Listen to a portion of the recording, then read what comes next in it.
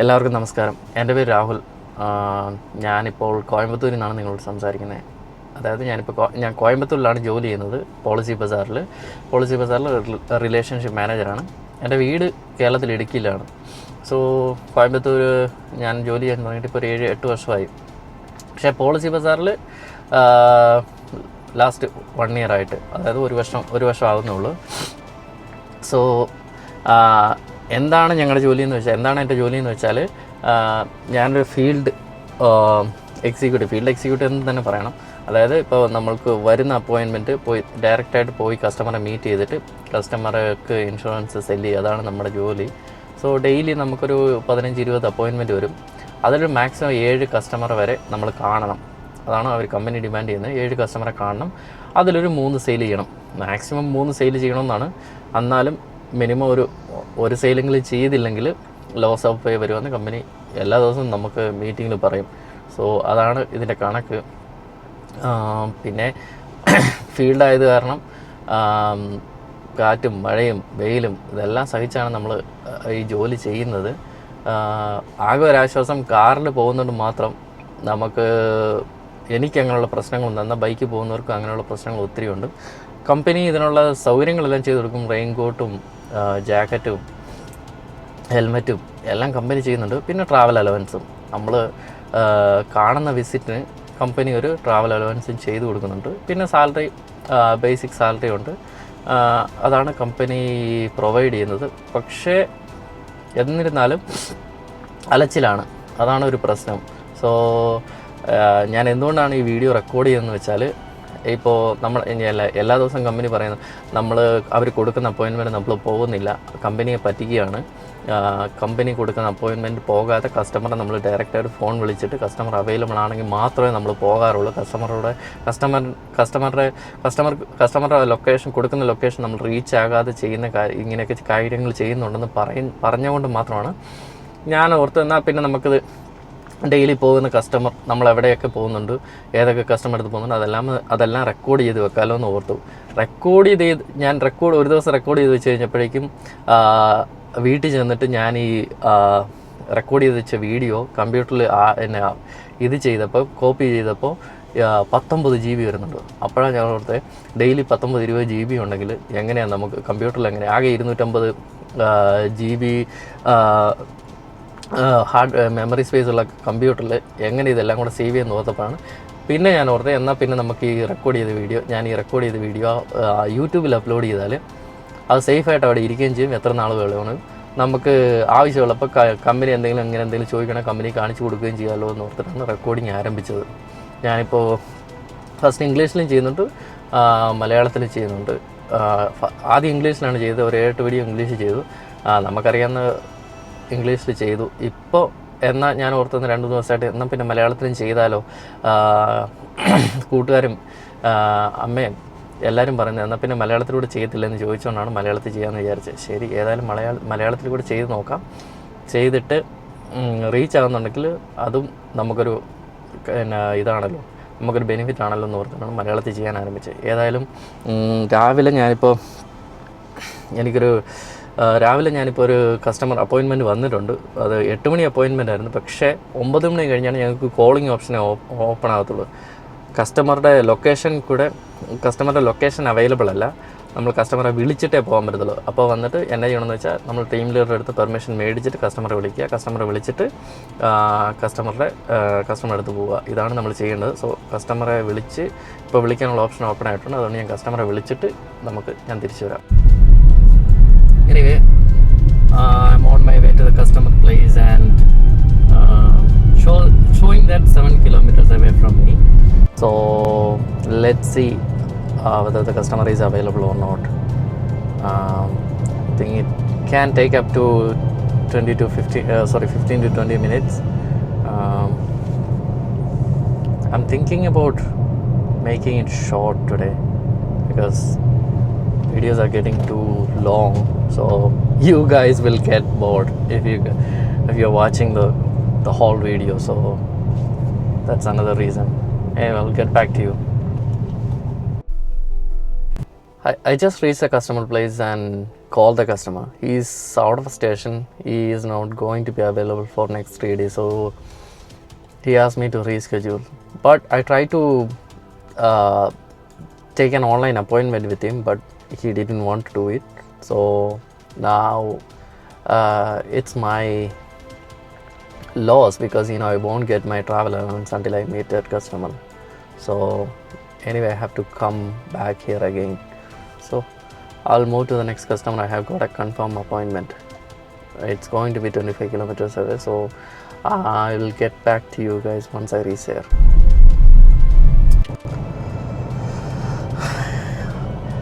I have 3 more minutes to drive to reach the customer place. So it's been an hour since I started driving. So it's taking too long to reach this customer place. Anyway, I'm closing by. So let's see what the customer has to say. I just got done with the appointment and got out from the customer place. The customer is having an insurance. His daughter is working in an IT company, so the company has given them an insurance, so which will be covered for 3 of them, like the daughter, the mother and the father. So anyway, the people who are talking to this customer, like it won't come directly to me. It's like there is a team which talk to the customer in front of us, like before us. So these people are getting all the information out of the customer, like their address, their location, their phone number, everything. They're in case if the customer has got any pre-existing condition or anything, they are the one who are getting this. But the people who are talking to this customer, what they should ask the customer first, they should ask the customer whether this customer has got an insurance. I think these people are not asking the customer whether they have got an insurance already, or otherwise it wouldn't happen. So now I have traveled around 1 hour to reach this customer, and I'm the one who is a loser right now, because I lost my time, like 2 hours. I lost my 2 hours time for this customer. So anyway, I'm moving to the next customer. The customer is like maybe 15 kilometers away from here, so that is okay. So I'm gonna go and meet the customer. I'll get back to you from the customer place.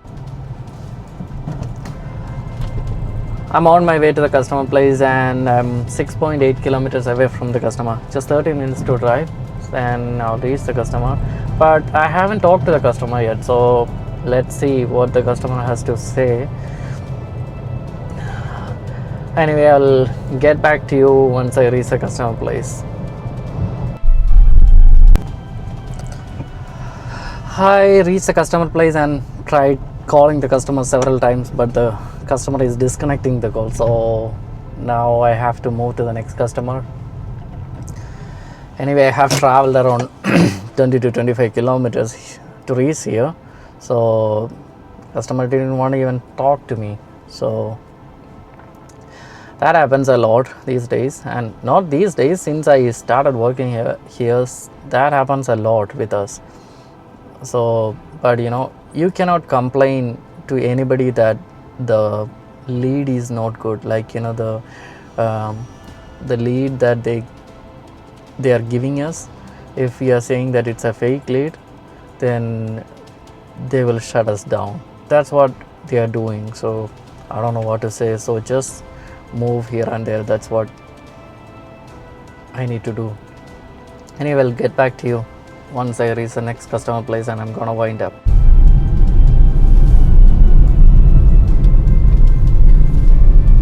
I'm 11 kilometers away from the customer. Just 30 minutes to reach the customer place, and it is lunch time here now. Anyway, I will be reaching by 1:30 there. So let's see whether the customer is available or not. Then I'll go for the lunch. ഞാനിപ്പോഴാണ് customer place reach ആയത്. ഒരു 1:30 ആയി. അതായത് ഒരു മണിക്കൂർ എടുത്തു എനിക്ക് മേട്ടുപ്പാളയം പറയാൻ പറ്റുന്നത് സിരുമുഖി ഭാഗത്താണ്. മേട്ടുപ്പാളയത്ത് നിന്ന് സിരുമുഖിക്ക് ഇടയ്ക്കായിരുന്നു കസ്റ്റമർ. അവിടെ നിന്ന് ഇവിടെ വരാൻ 1 മണിക്കൂർ എടുത്തു. 1 മണിക്കൂർ എടുത്ത് ഏകദേശം ഒരു 40 കിലോമീറ്റർ ഉണ്ടായിരുന്നു. വന്നിട്ട് ഞാൻ കസ്റ്റമറെ വിളിച്ച് നോക്കി, 2 പ്രാവശ്യം വിളിച്ചിട്ടും കസ്റ്റമർ എടുക്കുന്നില്ല. സോ എന്നാ ചെയ്യാന്ന് വെച്ചാൽ ഇനിയിപ്പോൾ അടുത്ത കസ്റ്റമർ ഇപ്പോൾ അതിന് മുന്നേ ലഞ്ച് കഴിച്ചിട്ട് കസ്റ്റമർ എടുത്ത് പോവുക, അതല്ല വേറെ അടുത്ത കസ്റ്റമർ എടുത്ത് പോവുക, അതല്ല വേറെ വഴിയില്ല. സോ ഇതാണ് സംഭവിക്കുന്നത്. ഫീൽഡിൽ വർക്ക് ചെയ്യുന്നവർക്ക് എല്ലാവർക്കും ഈ പ്രോബ്ലം ഉണ്ടായിരിക്കും.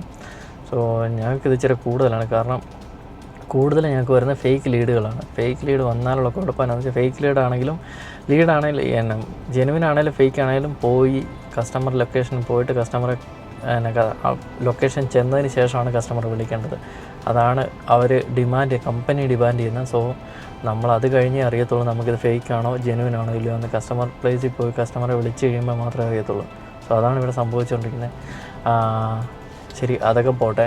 ഏതായാലും സ്വദേശി 2.0 പുതിയൊരു ക്യാമ്പയിൻ വന്ന് ചാടിയിട്ടുണ്ട്. സ്വദേശി 2.0 അതായത് ഇന്ത്യൻ പ്രോഡക്റ്റുകൾ, അതായത് നമ്മുടെ ഉൽപ്പന്നങ്ങൾ പ്രൊമോട്ട് ചെയ്യുക, അമേരിക്കൻ പ്രോഡക്റ്റുകൾ ബാൻ ചെയ്യുക. ബാനല്ല, ബോയ്ക്കോട്ട് ചെയ്യുക. സോ ഇപ്പോൾ റീസെൻ്റായിട്ട് ഞാനിപ്പോൾ ഒരു ന്യൂസിൽ കണ്ടതാണ്, ഒരു യൂണിവേഴ്സിറ്റി, അതൊരു 40,000 സ്റ്റുഡൻസ് ഉള്ള ഒരു യൂണിവേഴ്സിറ്റിയാണ്, നോർത്ത് സൈഡിലെവിടെയാണ്.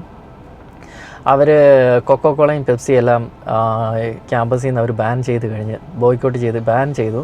ഇനിയിപ്പോൾ പെപ്സിയും കൊക്കോക്കോളയും നമുക്ക് കിട്ടത്തില്ല. അതുപോലെ തന്നെ നിറയെ പ്രോഡക്റ്റ്സ് ഉണ്ട്. ഞാൻ ചെക്ക് ചെയ്ത് നോക്കിയപ്പോൾ കൊക്കോക്കോള, പെപ്സി, ഓറിയോ, ലെയ്സ്, നിറയെ പ്രോഡക്റ്റ്സ് ഉണ്ട്. സോ നമ്മളെ കൊണ്ട് കഴിയാവുന്ന വിഷയത്തിൽ നമ്മൾ സപ്പോർട്ട് ചെയ്യുക.